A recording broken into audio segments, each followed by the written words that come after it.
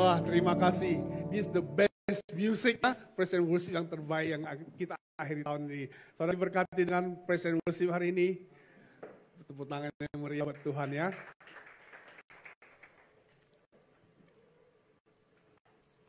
Tampak terasa 2024 ya. 2024 segera akan kita tinggalkan. Ada yang masuk dengan ketakutan, ada kekhawatiran. 2024 disebut tahun kegelapan. Apakah kegelapan itu akan berlangsung terus sampai tahun 2025? Saudara kasih dalam Tuhan, janji Tuhan ya dan amin. Amin. Anak-anak Tuhan dilewatkan, dilepaskan dari banyak masalah dan persoalan. Dalam bisnis, dalam pekerjaan. Anak-anak Tuhan tetap diberkati sampai hari ini. Mereka tetap mengucap syukur. Saudara, kita tidak hanya diajarkan terus berucap syukur tanpa melakukan apa-apa. Amin. Mengucap syukur karena kita sudah melakukan yang terbaik. Kita sudah bekerja keras. Kita sudah berbisnis dengan baik. Kita sudah melayani dengan baik. Semua hasil yang dilakukan, yang diterima, yang kita terima hari ini. Apapun juga kita mengucap syukur. Amin.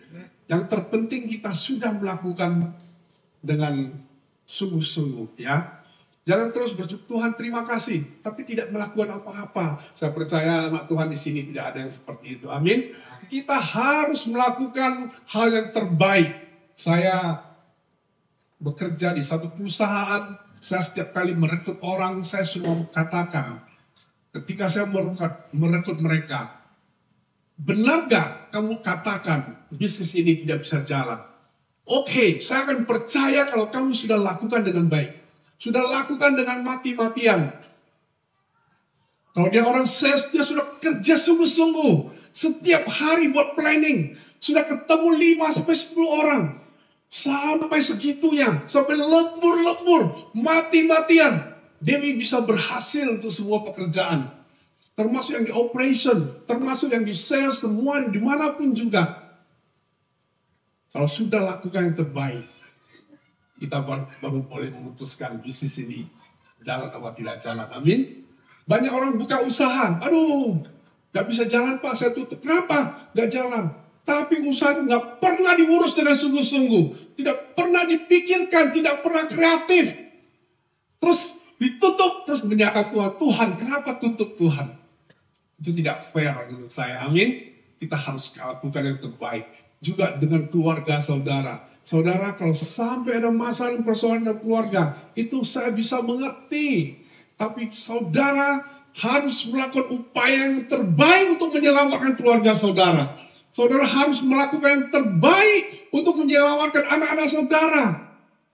Sudah melakukan yang terbaik, tetap tidak berhasil.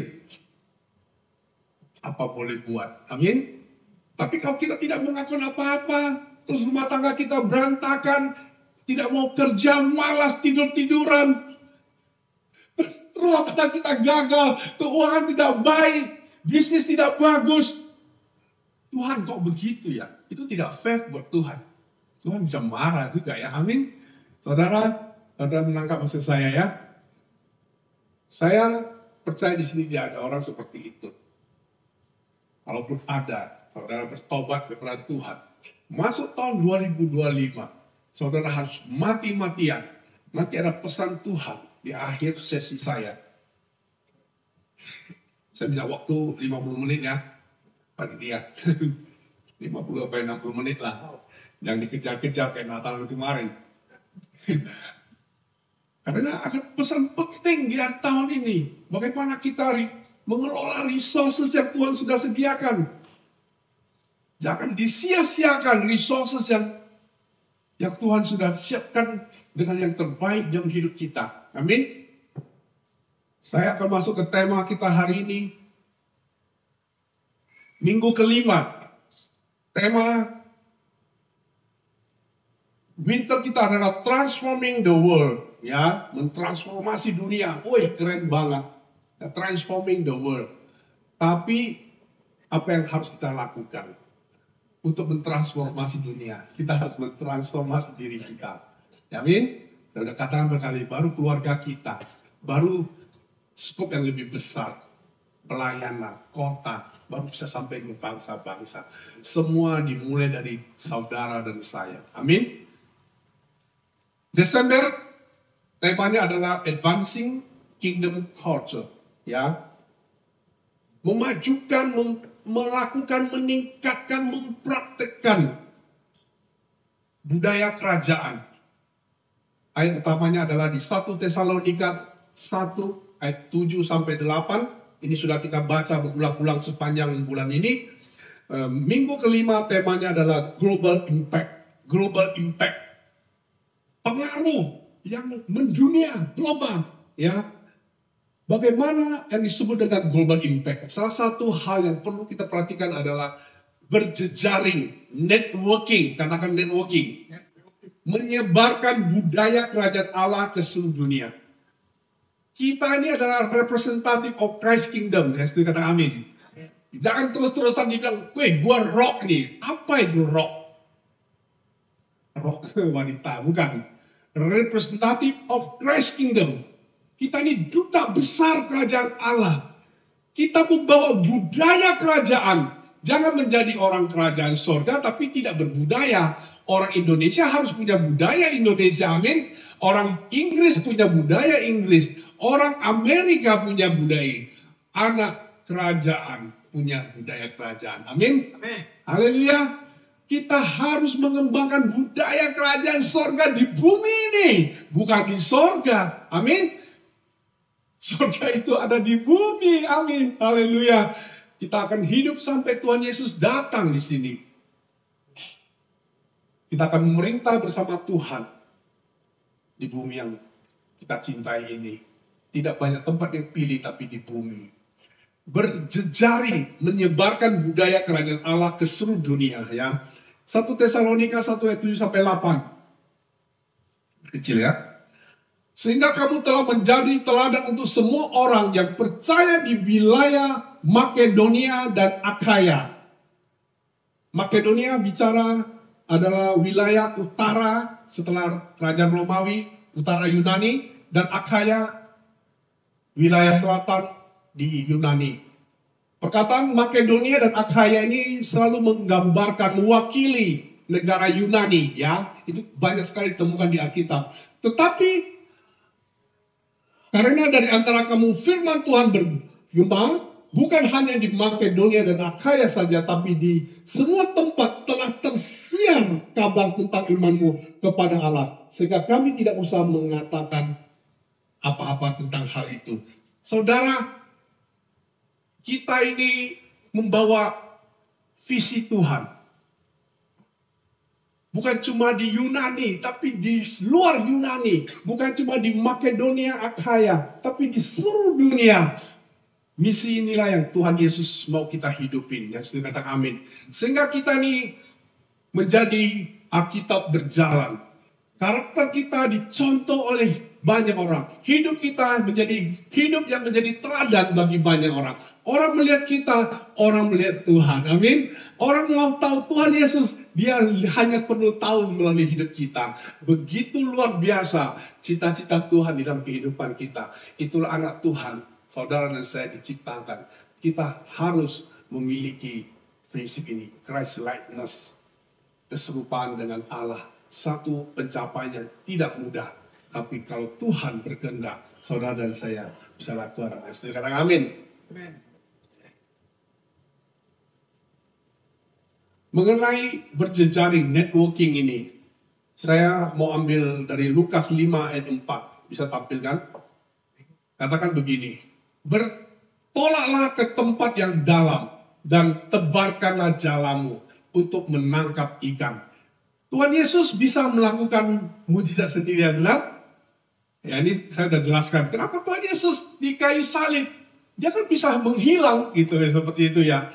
Saudara, Tuhan Yesus bisa melakukan mujizat itu sendiri. Amin. Karena dia Allah. Setuju ya? Tapi dia mau kita mengalami mujizat itu melalui tangan-tangan kita sendiri. Dia mau, Tuhan mau kita melakukan apa yang dia bisa lakukan. Karena kuasa sudah diberikan. Amin. Dan Lukas 5 ayat 4 ini. Saudara tahu ceritanya?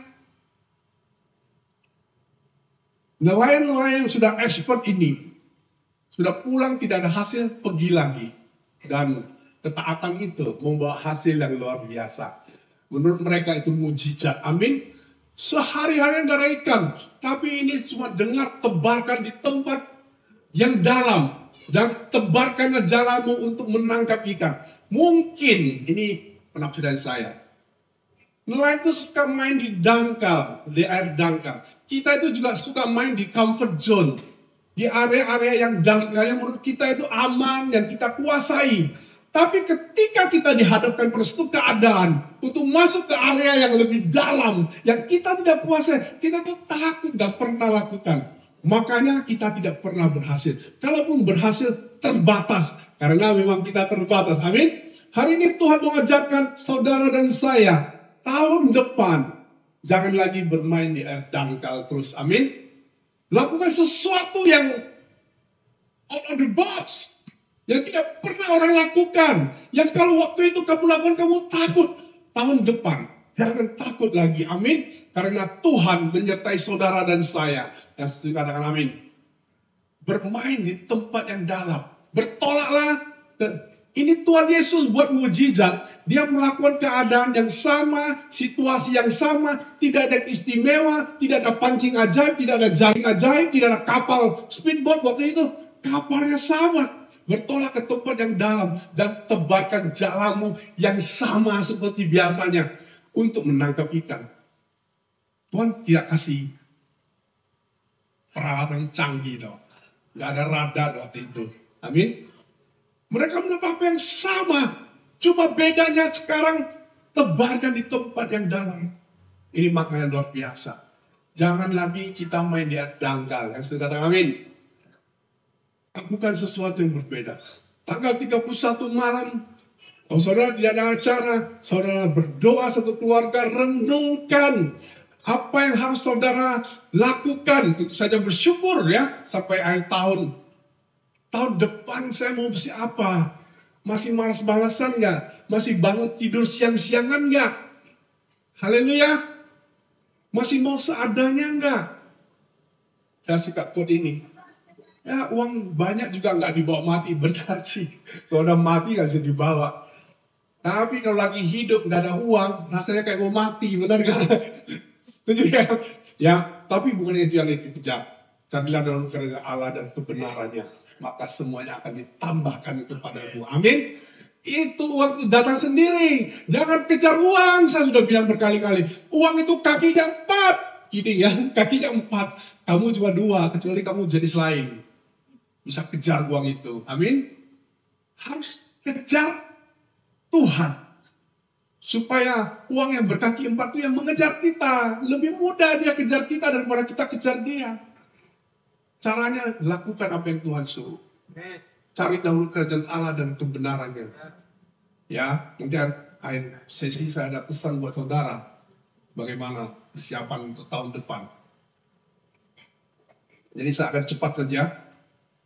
Berjejaring adalah satu istilah yang unggul di dalam segala aspek kehidupan, bisnis, dan koneksi. Salah satu budaya kerajaan yang dipakai juga oleh dunia sekuler dalam networking adalah budaya trust atau percaya.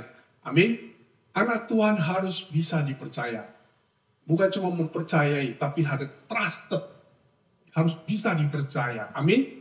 Saudara, ini kita tidak bahas hari ini. Budaya orang Israel itu hampir sama dengan orang Chinese.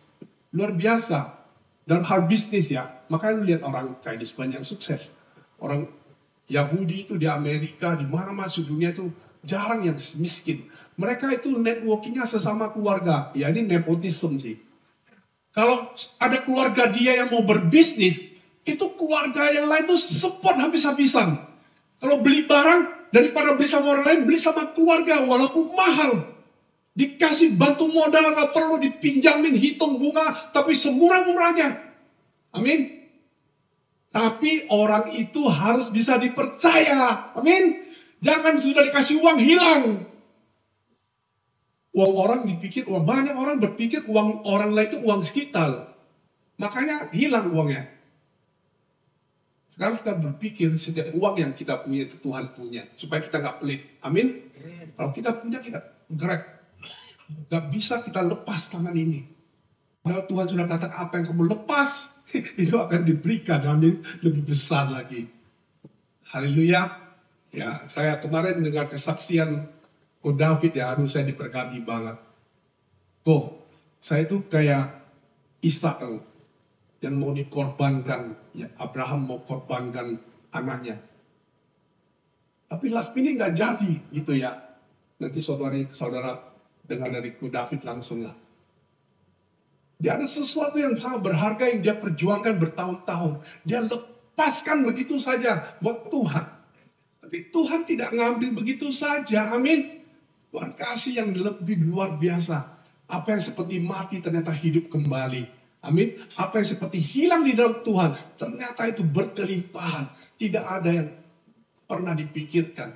Haleluya. Saudara, dengan cerita Abraham dengan Ishak akhirnya mati nggak? Enggak kan? Yang dipotong domba, benar kan? Itulah hidup kita. Tuhan mau ajarkan kita. Kita boleh kehilangan semua di dalam Tuhan, tapi Tuhan akan ganti sesuatu yang tidak pernah kita pikirkan bahkan. Amin. Jadi jangan takut maju tahun 2025 bersama Tuhan. Ya. Jikalau kita tidak percaya satu dengan lainnya, maka kita sudah kalah sebelum melakukan apa saja. Paling sakit itu gak dipercaya. Amin. Mempercaya orang itu perlu. Kalau kita tidak mempercaya orang lain, kita itu lakukan apa saja sendiri loh. Kalau saya gembala, saya gak percaya plan Tuhan yang lain. Saya khotbah sendiri, saya main musik sendiri, saya jadi asyir sendiri, saya lakukan semua sendiri. Mungkin sound system pun saya harus belajar. Bisa bagus gak? Bisa berkenan gak sama Tuhan? Bisa gak menghasilkan musik bagus seperti tadi? Gak bisa. Amin. Tuhan pun mengajarkan kita networking. Itu dihidupin oleh orang bangsa Yahudi, orang Chinese juga. Makanya ikatan keluarga itu kuat. Amin. Tapi kalau sudah networking yang keluar dari keluarga, sesama teman, mereka itu jauh lebih baik hubungannya daripada keluarga. Mati-matian dia belain temennya. Yang bangkrut dibantu kasih modal. Tapi harus bisa dipercaya. Katakan bisa dipercaya. Kita harus sungguh-sungguh hidup bisa dipercaya. Karena harganya mahal. Tidak bisa dibayar dengan berapapun nilainya. Amin. Orang yang bisa dipercaya sangat berharga. Haleluya. Saya melihat banyak orang yang sangat dipercaya di tempat ini. Haleluya. Amin. Kita sedang membangun budaya kerajaan Allah di atas muka bumi. Yaitu budaya accountability. Budaya akuntabilitas. Budaya yang bisa diandalkan. Kita ini bisa diandalkan. Budaya percaya. Budaya dipercaya dan mempercayai orang. Supaya apapun yang Tuhan ingin kita kerjakan bisa terjadi di dalam nama Yesus. Haleluya. Kemudian budaya kebersamaan. Ya, semua itu demi memperlebar kerajaan Allah. Jangan pernah lakukan sesuatu hal, apalagi perkara besar, bukan tujuannya untuk Tuhan. Amin. Kalau dasarnya adalah untuk Tuhan, pasti diberkati. Haleluya. Karena Tuhan membela anak-anaknya, membela firman-Nya, membela janjinya. Saya sudah sampaikan tadi. Sebenarnya Yesus, tolong tampilkan Lukas 5 ayat 1-11 bisa nggak? Tapi kebanyakan ya. Sebenarnya Yesus mampu untuk melakukan mujizat dan pelayanan seorang diri, saya sudah sampaikan. Tapi dia memutuskan untuk tidak melayani sendirian. Melainkan dia mengikut sertakan orang lain untuk melakukannya. Dia mengikut sertakan yang akhirnya menjadi murid-muridnya. Tinggalkan pekerjaan nelayan ikan. Ikutlah aku, amin. Karena engkau akan menjadi penjala manusia. Levelnya naik dong, benar gak? Kalau ikan tadinya ikan teri, terus ikan gembung, ikan paus. Nelayan ikan tuna, ya kan? Ini nelayan penjala manusia. Level yang paling tinggi sebagai nelayan. Upahnya dari sorga, upahnya dari Tuhan. Amin. Karena jiwa itu miliknya Tuhan. Haleluya. Bos kita Tuhan Yesus, ceritanya seperti itu ya. Lukas 5:11 ya, kita baca saja kalau sempat.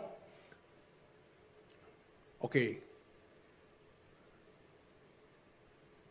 Pada suatu kali Yesus berdiri di pantai danau Genesaret. Genesaret itu bahasa lainnya itu danau Galilea ya, saudara lebih kenal ya.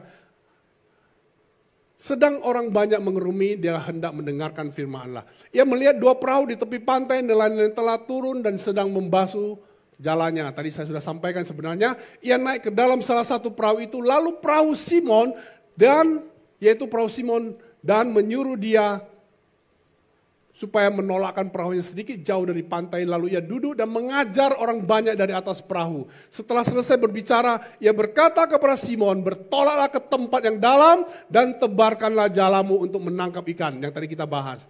Simon menjawab, Guru, telah sepanjang malam kami bekerja keras dan kami tidak menangkap apa-apa. Tapi karena engkau menyuruhnya, aku akan menebarkan jala juga. Amin.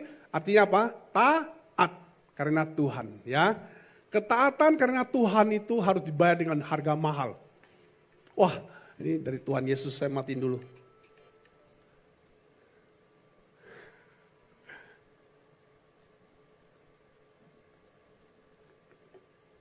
Sorry.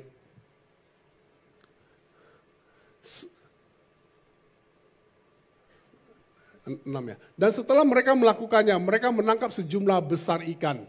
Sehingga jala mereka mulai koyak. Lalu mereka memberi isyarat kepada teman-temannya di perahu yang lain supaya mereka datang membantunya. Dan mereka itu datang lalu mereka bersama-sama mengisi kedua perahu itu dengan ikan hingga hampir tenggelam. Memanggil teman-temannya artinya networking, katakan networking, berjejaring. Bantuan datang dari teman, amin. Bantuan bukan datang dari atas saja, tapi dari orang-orang yang bersama dengan kita. Bagi-bagi berkat. Karena kalau sendirian itu akhirnya sobek dan kehilangan semuanya. Amin. Capek, hasilnya nggak banyak. Haleluya. Kemudian 8.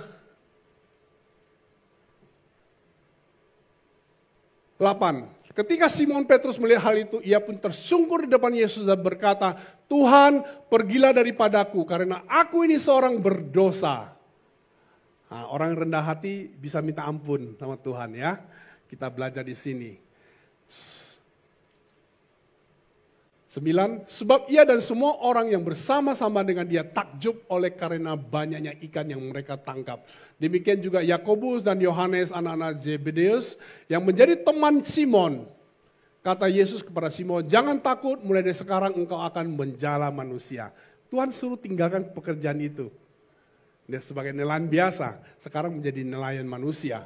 Dan sesudah mereka menghela perahu-perahunya ke darat, mereka pun meninggalkan segala sesuatu, lalu mengikut Yesus. Meninggalkan segala sesuatu, lalu mengikut Yesus.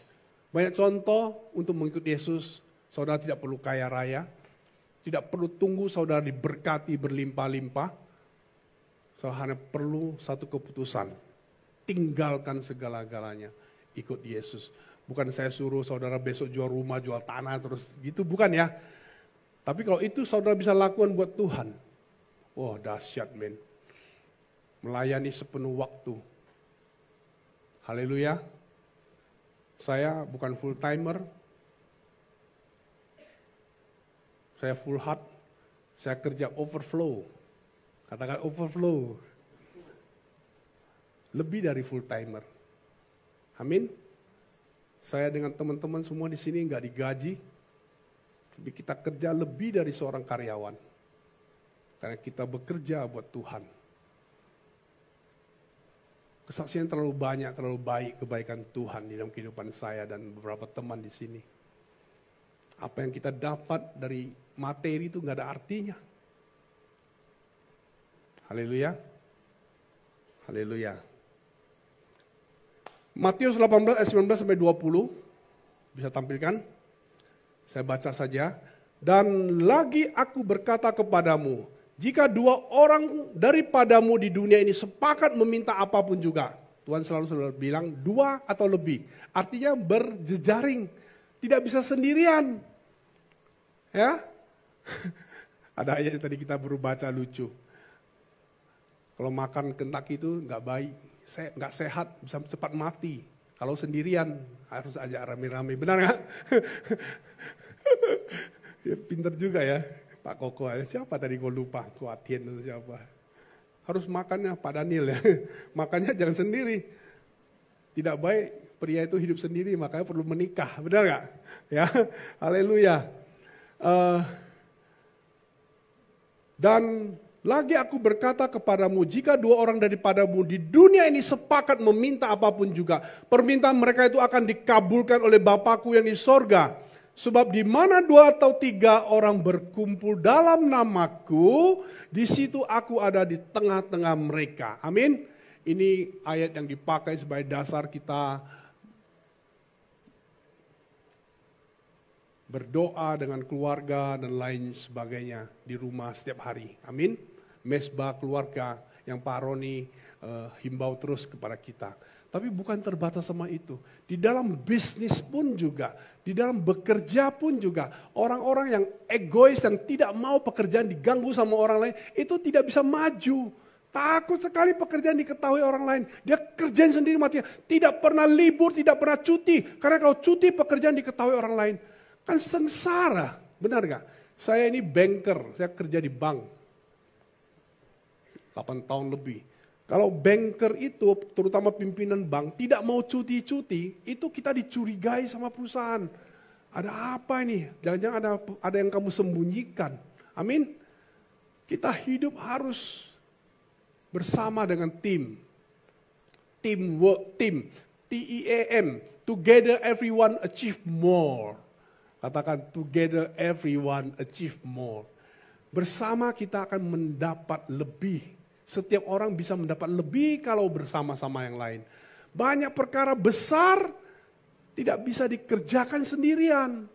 Itu sebabnya banyak perusahaan berdiri dengan nama PT. Wah janganlah, nenek saya bilang, akong saya bilang, yang penting kecil-kecil aja, yang penting milik sendiri. Benar, karena trauma. Tapi konglomerat kita lihat semua perusahaan kan juga banyak partnernya. Ada yang gagal nggak? Ada, rumah tangga juga gagal kok. Benar nggak? Bisnis gagal karena salah tidak menyertakan Tuhan di dalamnya. Tidak sungguh-sungguh menyertakan Tuhan. Bukan cuma mulut loh. Oh ini Tuhan punya. Tapi pelit banget. Banyak teman saya bilang, ini semua wah Tuhan kasih begitu banyak. Bos, bantu dong. Gereja lagi butuh kesulitan dana ini, diakonnya kurang nih. Aduh, istri gua gak kasih. Istri jadi kambing hitam loh. Benar gak? Bendaharanya gak kuat, gak kasih. Ini semua bullshit man. Kalau dari Tuhan, seluruhnya juga kita kasih juga gak apa-apa. Beberapa perusahaan di dunia ya, saya gak usah sebut namanya. Ya yang oke lah yang sudah mendunia. Domino, ya tahu pizza Domino? Sama apa namanya itu, Colgate. Itu ownernya hidup dari 10%. 90% ditabur buat Tuhan, pekerjaan Tuhan. Kita 10% aja ribut, aduh gak cukup lagi gini. Konseling berkali-kali, saya udah bilang terserah. Yang penting lu susah jangan cari gua, gitu aja. Lu cari Tuhan, Tuhan juga gak suka loh. Benar gak? Tak dulu lah. Kalau sampai ada masalah banyak orang mau tolong. Karena Tuhan akan gerakkan hati orang untuk menolong orang-orang yang setia. Haleluya. Hari ini temanya beda, jangan khotbah itu ya. Tuhan memberikan kreativitas yang luar biasa buat Rock Fluid 2024 ini. 2025 kita lakukan banyak perkara besar, terobosan besar. Terutama anak-anak muda KGC mereka akan dipakai Tuhan dengan luar biasa. Tepuk tangan buat Tuhan Yesus. Haleluya.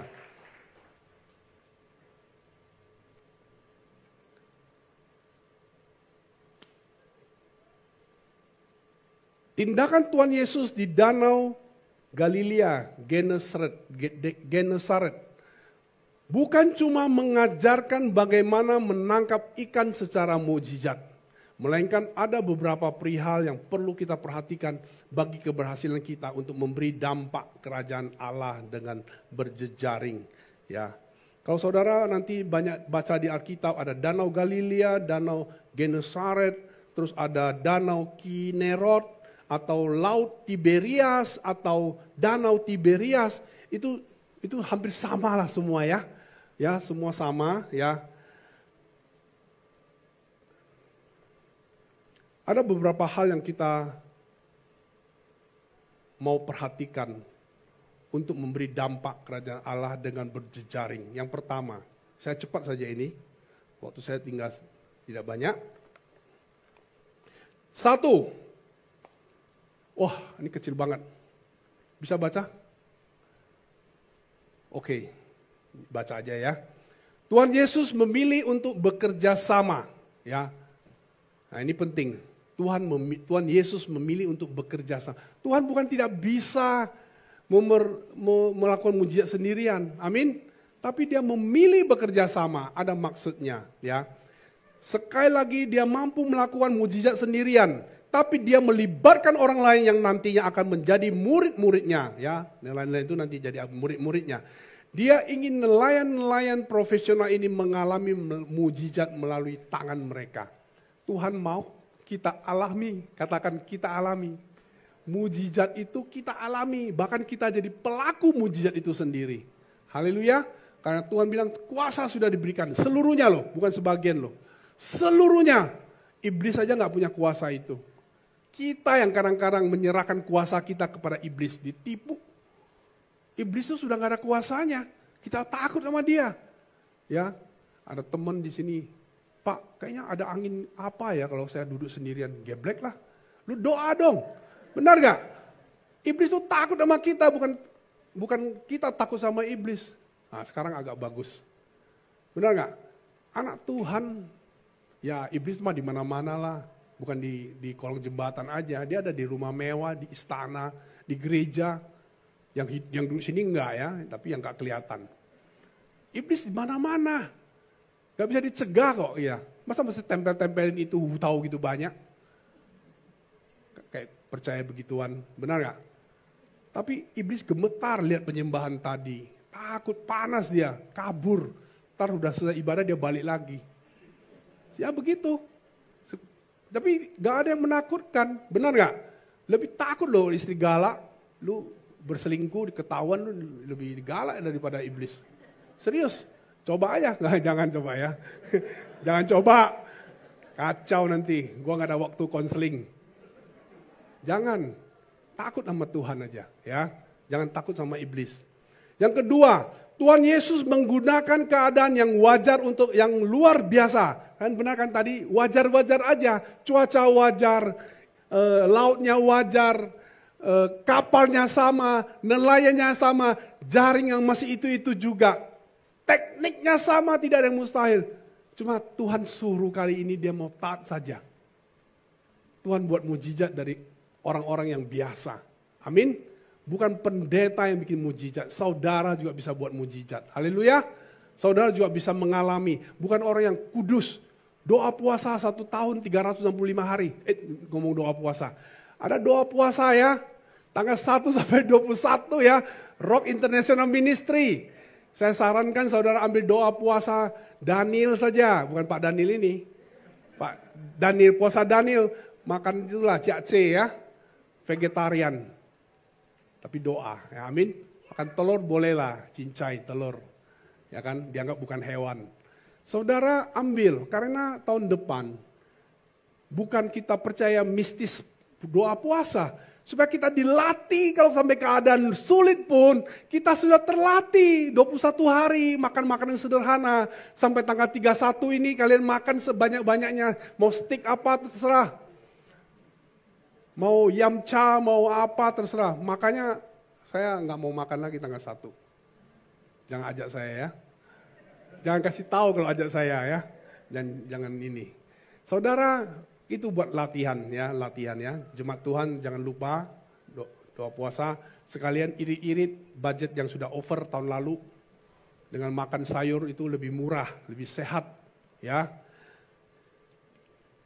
Yesus menyuruh Simon Petrus untuk menggunakan perahunya, jalannya, bahkan danau yang sangat mereka kenal. Tidak ada yang baru bagi para nelayan ini. Bukan jala baru, metode baru atau danau yang lain. Yang ketiga, Tuhan Yesus memimpin mereka bergerak lebih berani melalui ketidaktahuan manusia. Nah ini yang tadi saya ngomong, benar nggak? Dari dangkal menuju yang dalam. Cuma bedanya di situ aja. Mereka main di lokasi-lokasi yang dianggap paling banyak ikan. Bukankah kita suka kerumunan? Wih, semua ke situ. Wih, ibadahnya di situ, adem. Ada makanannya, ya kan? Ada ininya, ada itunya, musiknya keren. Semua ke situ. Padahal mujizat ada di gereja yang sederhana. Amin. Yang tidak ada makanan, tidak ada AC, tidak ada pembicara yang terkenal, tidak ada teolog-teolog yang hebat.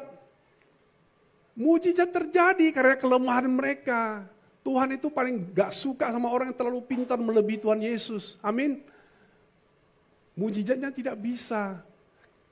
Hamba Tuhan yang mengklaim kemampuannya dekat dengan Tuhan. Kalau dia doa orang langsung sembuh. Karena dia, wah itu cilaka itu. Kesombongan yang akan dihancurkan oleh Tuhan. Di sini gak ada ya, yang berdiri juga orangnya baik, rendah hati ya. Tuhan, karena benar-benar Tuhan. Saya berkali-kali ngomong ke David.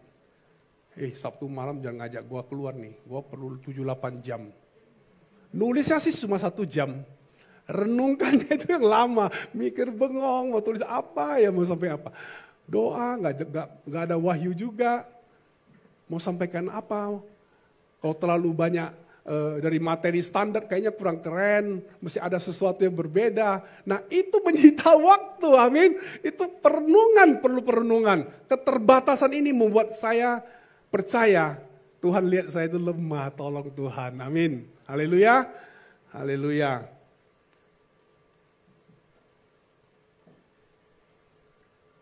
Yang tadi saya katakan Lukas 5 ayat 4 itu, saya nggak ulang lagi. Bertolaklah ke tempat yang dalam ya.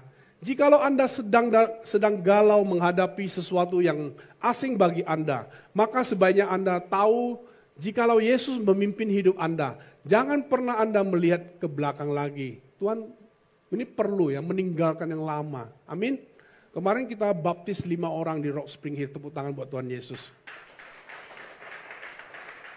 Pesan yang paling saya ingat adalah baptisan itu menenggelamkan Anda, dicelupkan.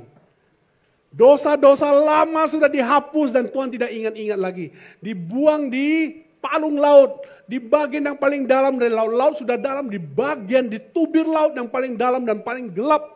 Dosa itu sudah gak akan diingat-ingat lagi. Kamu jangan pancing dosa itu lagi, benar gak? Itu kayaknya ada di kita, kalau kamu pancing dosa lagi, keluar lagi. Jangan ingat-ingat lagi, Tuhan sudah lupakan, tapi kamu jangan lakukan lagi. Karena setiap kali kamu lakukan, kamu ingat kembali. Amin. Tuhan sendiri mau hidup baru itu terjadi. Ya. Yang keempat, Tuhan Yesus membuktikan hasil dari ketaatan seorang atas perintahnya. Saudara lihat kasus cerita menjala ikan di laut yang dalam itu ketaatan. Mereka sempat protes, tapi karena engkau yang suruh Tuhan, saya taat gitu.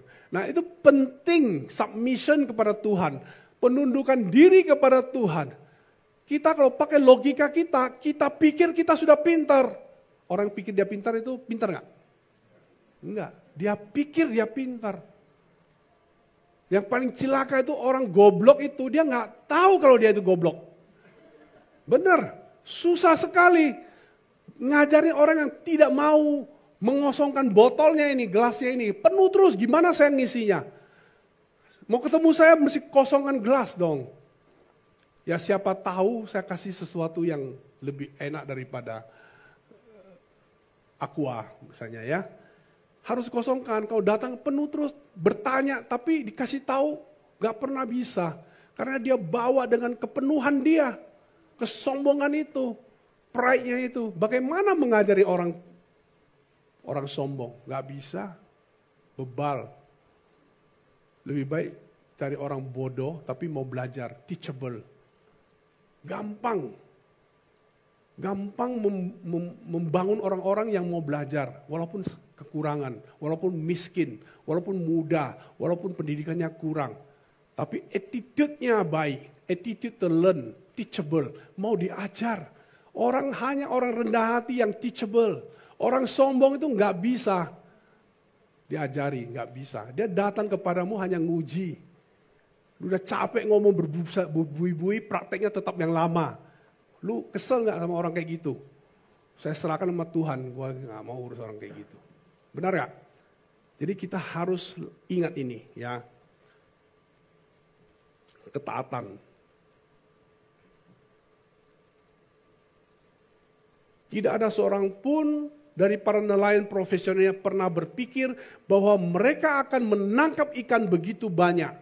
Sehingga jala mereka terkoyak sampai jaranya sobek gitu ya. Message Tuhan di poin nomor 4 ini adalah Yesus memperlihatkan bagaimana potensi dari seorang yang atasnya tangan Tuhan bekerja dan memberkati dia. Saudara mulai sekarang masuk tahun 2025. Percaya sama Tuhan saja. You sudah jungkir balik di 2024. You komplain hasilnya tidak bagus. Gaji nggak naik-naik. Pangkat nggak naik-naik. Pelayanan begitu-begitu saja. Doain orang nggak sembuh mati malahan misalnya. Tapi itu bukan satu kelemahan. Saya doain banyak orang meninggal. Jangan suruh saya ya. Udah last minute, udah krisis di ICU baru cari Pak Abun. Itu gambling banget itu. Tapi kalaupun sembuh karena Tuhan. Kalau mati karena Tuhan. Hamil. Saya nggak pernah dimarahin kok. Gara-gara lu Pak Abun lu doain papa mama gue berangkat nih. Tapi mereka bilang, wah puji Tuhan. Sudah habis banyak biaya. Sudah nggak tahu mau bagaimana. Lepaskan ventilator dianggap puthau, durhaka. Kalau nggak dilepaskan satu hari cap tiau terus.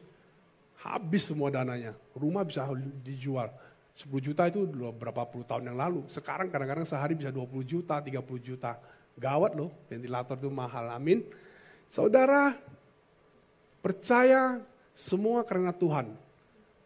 Dalam pelayanan pun juga, kalau berhasil karena Tuhan. Supaya kalau gagal pun kita nggak ada beban, nggak bunuh diri. Saudara lihat banyak pendeta bunuh diri kan? Karena dia pikir semua dia. Kalau Tuhan kan nggak bisa bunuh diri, benar nggak? Kita yang bisa bunuh diri, iblis yang maksa kita bunuh diri. Kalau saya buat gereja ini suatu hari jadi 1000 orang, jadi 100 cabang, pasti karena Tuhan. Saya percaya. Kalau nggak terjadi pun, ya karena Tuhan belum mau kasih dulu waktunya. Benar nggak? Beban lebih ringan, benar kan? Tapi saya akan bekerja mati-matian. Saya akan berusaha mati-matian. Saya akan memikirkan mati-matian. Bagaimana visi Tuhan itu bisa terjadi di dalam pelayanan saya. Amin. Saudara, setuju katakan amin dong. Haleluya. Yang kelima, banyak poin. Ini waktu 16 menit. Tuhan Yesus mengungkapkan tujuan dari mukjizat itu sendiri. Yesus mengungkapkan masa depan dari setiap orang yang mau melepaskan apa yang mereka miliki demi kerajaan Allah. Tuhan bilang, jangan takut, mulai dari sekarang engkau menjala manusia. Lukas 5 ayat yang ke-10 tadi. Tinggalkan jaring itu, tinggalkan jala itu, sampan. Tinggalkan pekerjaan nelayan penangkap ikan. Sekarang profesi kita adalah nelayan penjala manusia. Naik level, amin. Itu jiwa.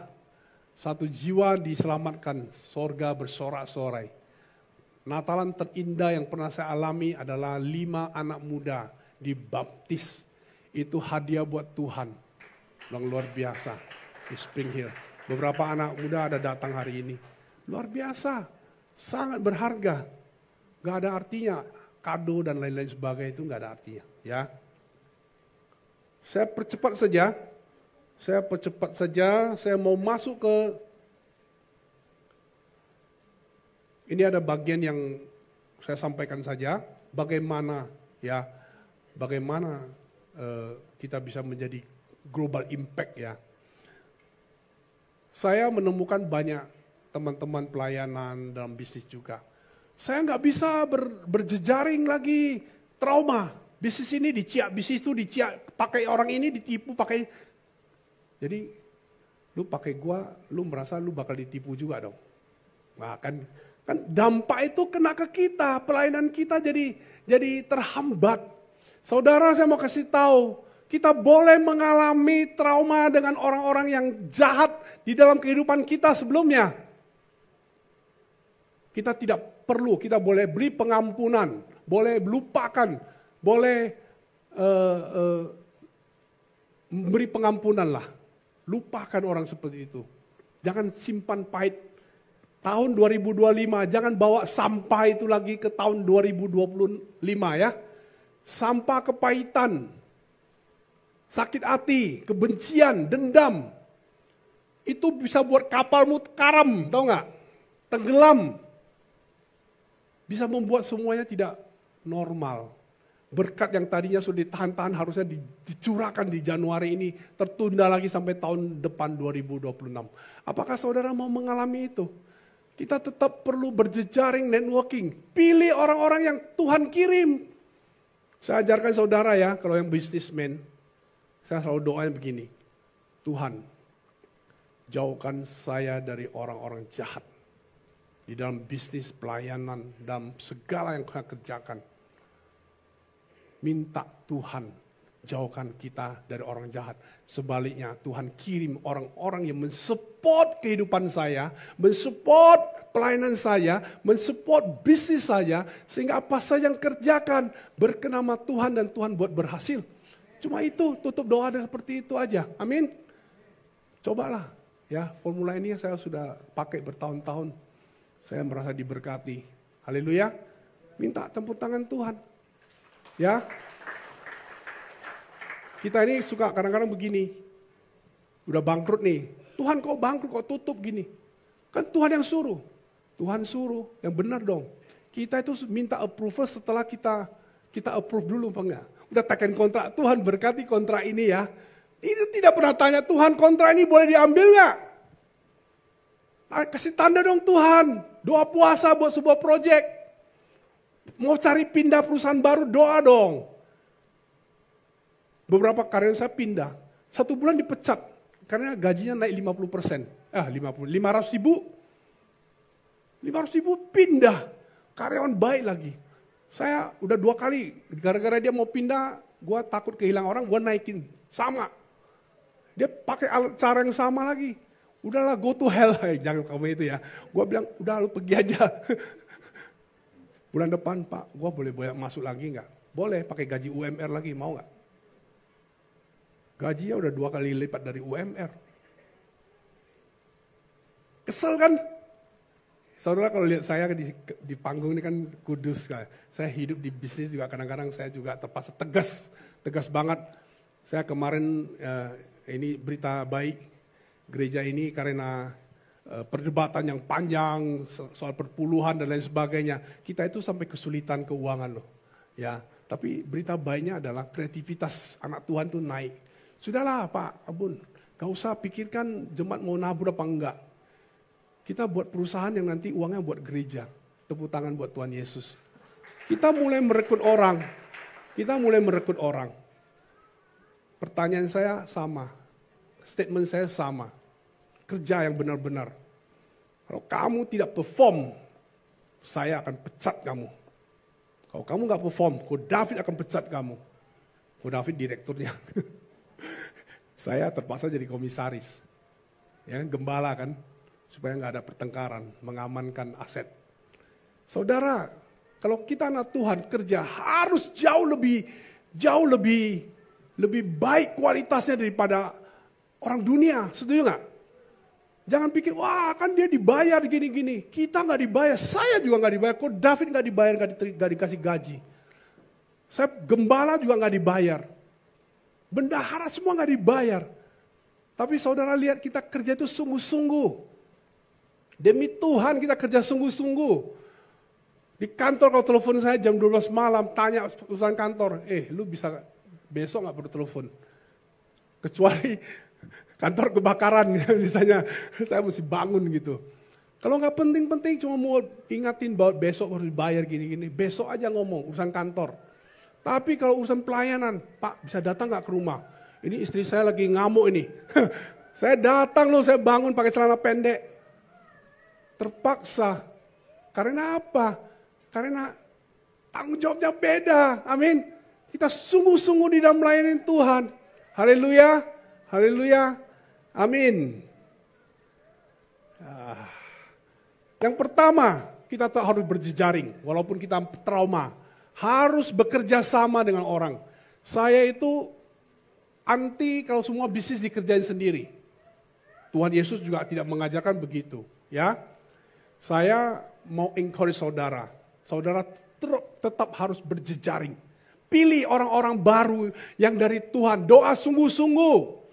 Bangun kembali bisnis yang sudah runtuh. Karena ditipu sana tipu sini. Sambil kita mengkoreksi diri sendiri. Apakah kita sudah benar nggak selama ini? Yang kita lakukan berkenan sama Tuhan nggak? Kita perlu lakukan satu. Berdoa buat rekan-rekan sekerja yang tulus dan visi yang sama. Ini perlu saya lakukan. Berdoa buat rekan-rekan sekerja yang tulus dan visi yang sama. Artinya ada yang nggak tulus. Kita nggak bisa mencegah, mengkontrol orang yang tidak di luar hidup kita. Amin. Diajarin begini pun tetap dia tidak lakukan. Itu hak dia. Roh Kudus yang bisa mengajar dia dengan sungguh-sungguh. Ya, saudara baca saja ayatnya Lukas 10 ayat 2. Yang kedua, menyingkirkan kepentingan pribadi demi bisa berjejaring. Orang yang mau networking harus sacrifice. Harus kurangin egonya. Tidak ada konflik pribadi. Tidak ada kepentingan pribadi. Yang ada kepentingan Tuhan. Amin. Dengan demikian, sebuah pernikahan, sebuah bisnis bersama, sebuah pelayanan itu akan selamat. Amin. Haleluya. Yang ketiga, saudara bisa baca Lukas 9 ayat 23 tadi ya. Yang ketiga, sehati dan sepikiran dalam berjejaring. Ini penting lah ya. Saudara nanti baca di Filipi 2 ayat 2 dan 3. Sehati dan sepikiran dalam berjejaring. Yang keempat, pertumbuhan adalah tindakan Allah, bukan jasa individu. Kalau sebuah kerjasama, sebuah pelayanan yang berhasil bukan Abun, bukan David, bukan Sulaiman, bukan Erwin. Gak ada itu. Yang klaim begitu-begituan, kalau gak ada gereja gak bisa jalan itu bahaya di mata Tuhan. Setuju ya? Jangan lakukan itu lagi. Ada atau tidak ada saya, gereja ini pasti maju. Nah, itu statement yang benar. Saya ini hanya alat. Tiba saatnya saya nggak dipakai Tuhan pun, gerejanya akan tetap maju. Anak KGC juga nggak boleh sombong. Oh, gara-gara gua nih, sekarang 30 orang. Gara-gara Tuhan sekarang 30 orang. Tahun depan akan jadi 60. Amin. Karena Tuhan, bukan karena kita. Bukan karena Richard. Bukan karena siapalah yang paling aktif. Bukan Rian, bukan siapapun. Tapi Tuhan. Yang setuju katakan amin. Ya. Jangan membanggakan diri dengan prestasi yang kita capai. Ingat, semua karena Tuhan. Kita kaya hari ini karena Tuhan. Tuhan bisa cepat sekali membuat saudara kaya raya. Tapi bisa juga membiarkan kamu bangkrut dalam waktu sekejap. Amin. Tuhan hanya suka orang yang rendah hati. Tuhan suka orang rendah hati, benci orang yang sombong. Ketika engkau tidak mengakui Tuhan sebagai sumber, resource dari semua keberhasilanmu, engkau sombong di mata Tuhan. Engkau berurusan dengan Tuhan. Kalau Tuhan bukan di pihak kamu, banyak lawan kamu. Kalau Tuhan di pihak kamu, siapa lawan kamu? Amin. Itu yang terpenting. Haleluya. Kita lebih nyaman dengan air dangkal. Ini tadi saya sudah sampaikan ya. Kita lebih nyaman dengan air yang dangkal daripada air yang dalam. Sebab biasanya kita pernah menyentuh atau mengetahui keadaan dari air yang dangkal di mana kita biasa bermain. Biasanya kita gentar jika dibawa ke suatu tempat yang asing bagi kita. Misalnya bekerja sama dengan orang lain. Jikalau Anda biasa bekerja sendirian, hidup itu memang penuh dengan risiko. Tapi lebih baik mengambil risiko daripada tidak pernah berubah dan tidak menjadi apa-apa di dalam kerajaan Allah. Ini ada Bang Jim, welcome ya, setahun sekali datang nih. Ini teman partner saya kerja dulu. Kita itu ambil resiko di dalam hidup. Kalau saya sebut namanya calculated risk. Kita sampai masuk ke hutan. Alang sama Jimmy, suami istri itu tinggal di hutan loh. Ada harimaunya, harimau kecil sih. Ada binatang buas. Orang Dayak itu serem loh. Mereka tinggal situ. Saya mah sebulan 2 kali ke sana. Risikonya lebih rendah. Tapi capeknya begitu luar biasa. Sekarang dia ke Ambon, terus sekarang kirim ke Aceh. Sebentar lagi ke Afrika atau kemana gitu. Go internasional. Tapi kita jangan main di air dangkal terus. Aduh takut gua, takut. Ya, takut gak pernah berhasil. Amin. Jangan lagi lakukan hal yang sama di tahun 2024. Ini membawa ke 2025. Amin. Setuju ya? Pemusik tahun depan itu akan muncul pemusik yang luar biasa. Singer yang keren, yang go internasional. Gak ada yang tahu kalau Tuhan mau semua mesti terjadi. Amin. Haleluya. Saudara juga doakan saya ya, supaya bisa go internasional. Haleluya. Ya, tapi itu bukan yang saya kejar. Saya kejar 100 cabang. Ya. Oke, tinggal 10 menit. Ya. 3 ya. Aduh. Saya akhiri saja. Percaya kita kepada Kristus sangat berperan dalam berjejaring menyebarkan budaya kerajaan Allah. Ini yang terpenting. Mau sebarkan budaya kerajaan Allah? Apa? Percaya kepada Kristus. Kita hanya bisa andalkan Tuhan. Ada resiko-resiko di dalam mengembangkan kebudayaan kerajaan Allah. Tapi bersama Tuhan kita akan diluputkan. Haleluya. Ini pesan akhir tahun. Matius 25. How to manage your resources. Tadi saya sudah singgung. Nanti baca Matius 25 ya. Soal perumpamaan 5 gadis yang bodoh dan 5 gadis yang bijaksana. Gadis bodoh tidak mempersiapkan minyaknya. Sehingga ketika pengantinnya datang, dia kehabisan minyak, lampunya redup. Dia waktu pergi beli, dia minta gak dikasih sama yang bijak. Ngapain? Gua kalau kasih lu kan gua ini, habis. Itu mengurangi persaingan, benar gak? Lu pergi beli sendiri, lu pergi beli, pengantin datang, pintu ditutup. Terlambat kita kehilangan kesempatan. Jangan sampai rezeki dipatok ayam. Amin. Haleluya. The year of preparation itu bicara banyak bagaimana kita mempersiapkan diri untuk menyambut kedatangan Tuhan. Bukan cuma itu saja, yang jasmani juga. Kita harus mempersiapkan semua potensi kita. Potensi kita tuh luar biasa. Miles Monroe bilang, orang terkaya itu semua ada di kuburan. Potensinya yang terekspos cuma 10% sudah mati. Karena itu takut dicuri orang, takut diketahui orang, takut formulanya diambil orang, takut ilmunya diambil orang. Nggak diajarkan, mati. Tahu nggak kapan mati? Nggak tahu dong. Dia pikir nanti mau mati baru diajarin tulis buku. Bukunya nggak terbit-terbit.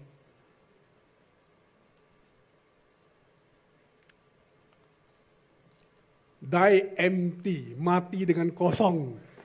Padahal sebenarnya kita itu mati tidak bisa kosong. Ilmu kita yang diajarkan tidak akan berkurang. Yang ada bertambah. Yang setuju katakan amin. Orang yang tidak mau mengajarin orang lain, itu ilmunya dia pikir dia sudah pintar. Dia nggak tahu orang sudah sampai di mana. Orang yang biasanya tidak mau ngajarin orang juga tidak mau belajar. Itu penyakit orang yang seperti itu. Kalau nggak mau belajar bisa pintar nggak? Nggak bisa. Kita ngajarin orang, ternyata wah temukan ini, maju. Ngajarin ini, ternyata harus begini. Percaya nggak? Ya kan? Ngajarin seseorang itu membawa kita diberkati. Tuhan juga senang, oh ini berkat gua ngalir nih, gua kasih lagi nih keran yang lebih besar.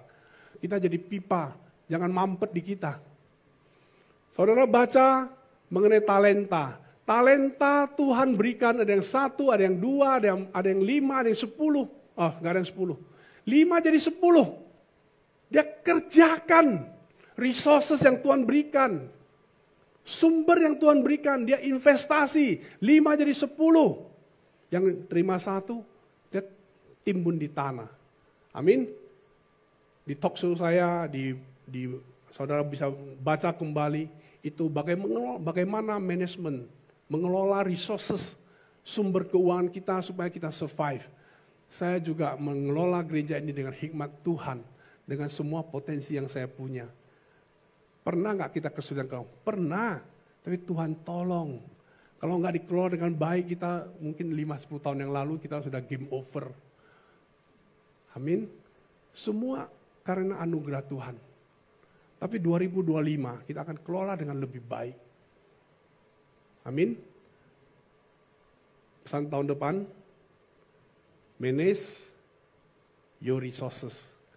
Kalau saudara bekerja dengan sungguh-sungguh. Uang yang didapat itu jangan habiskan buat tas branded. Jangan habiskan buat sepatu. Koleksi sepatunya bisa beli rumah, gila nggak? Pikirkan yang lebih penting, hal-hal yang surgawi. Apa yang kita bisa berikan buat Tuhan. Amin. Haleluya. Manage your resources. Jangan jadi seperti gadis bodoh yang kehabisan persediaan minyaknya. Tidak mempersiapkan diri dengan baik. Ketika opportunity datang, tidak ada preparation, itu gagal. Orang sukses itu adalah preparation ketemu opportunity. Ketika ada berkat turun, dia siap. Banyak orang tidak siap terima berkat. Ketika berkat itu turun, itu habis dalam waktu cepat. Ya kan? Ada artikel lucu nih, Bill Gates dia bilang, anak gue nggak mau kasih menikah ke orang miskin. Dia perlu uang nggak perlu lah kaya. Tapi yang miskin yang dia maksud adalah orang yang tidak bisa generate kekayaan, pikirannya miskin. Orang kaya itu bukan uangnya banyak, tapi dia bisa mengenerate, bisa kreatif, menghasilkan uang banyak dari kreativitasnya. Itu orang kaya. Yang dia nggak mau itu ada orang yang Tuhan terima kasih ya, hari ini saya masih bernapas. Ya besok tolong Tuhan kasih napas lagi. Tolong ya Tuhan istri saya bisa kerja lebih keras, gue di rumah aja. Bukan itu orang miskin. Haleluya. Jadi saudara punya potensi jadi menantunya Bill Gates. Tuhan Yesus memberkati.